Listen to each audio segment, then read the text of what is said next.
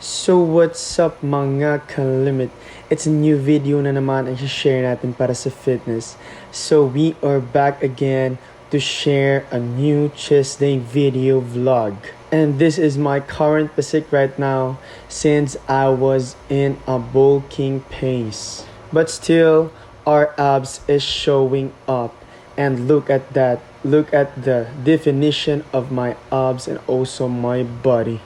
Nag-post tayo a little bit and we are going on a chest day because I am excited to share with you mga kalimit kung ano yung mga exercise na ginawa natin dito, starting with incline bench push press. I get struggle first when I was lifting it all first pa kasi nga mabigat na yung karga natin first pa lang yung set. Still, andito yung gym bro natin on the help always. So comfortable tayong tirahin yung mabibigat na mga weights. But still, hindi pa rin natin kinakalimutan yung good form and also yung eccentric movement ng down. Kasi nga, this is very important when it comes to muscle growth mga kalimit.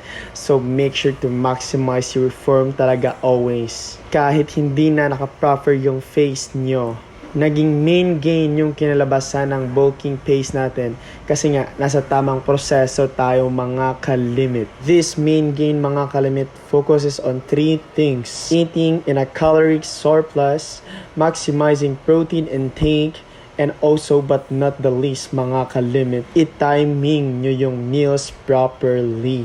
Ang biggest key lang dito sa main gain mga kalimit, caloric surplus talaga yung magiging maintain and priority mo dito. If you want to build muscle, you need to eat more than you burn.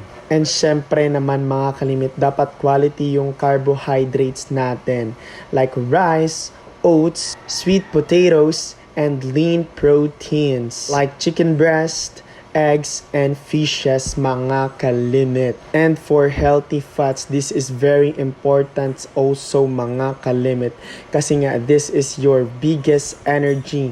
It makes you fuel for a very long time session of workout. For healthy fats like avocado, olive oil, and also peanut butter. Napakamura lang naman nito mga kalimit kaya afford talaga yan. And let me remind you lang mga kalimit, main gain diet is not an excuse to bring on junk foods. We need to gain weight the right way mga kalimit. Kasi nga naman, ginagawa nilang excuse yung bulking pace para kumain ng mga junk foods and also other stuff na hindi healthy para sa iyong body.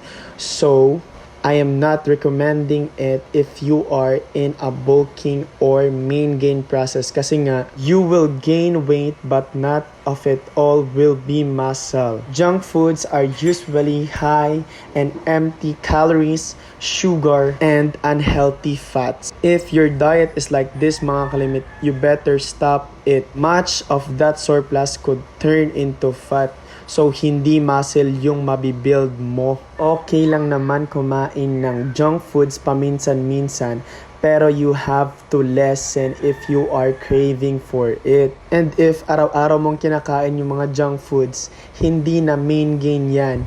It's a fat gain na yung magiging kalabasan ng diet mo. So, this is the conclusion mga kalimit. If you want to maximize your muscle building potential, you need to train hard, recover well, and most important is eat very smart. It's not about rushing results or eating everything para lumaki ka agad. It's about fueling your body on the real foods and also the healthy ones. Pwedeng sa gym ka lang masipag, dapat sa kitchen din. Useless yung pag-workout natin mga kalimit kapag hindi natin tinatrack yung pagkain natin. So make sure to track your food. Not just kailangan mong timbangin talaga lahat. So you just have to lessen lang yung mga foods na unhealthy and prioritize the healthy ones. Because at the end of the day, it's night. Dahil it's 10 pasado na nang nag-post ako dito sa D-Star Fitness Gym. And look at my pump mga kalimit. That's it.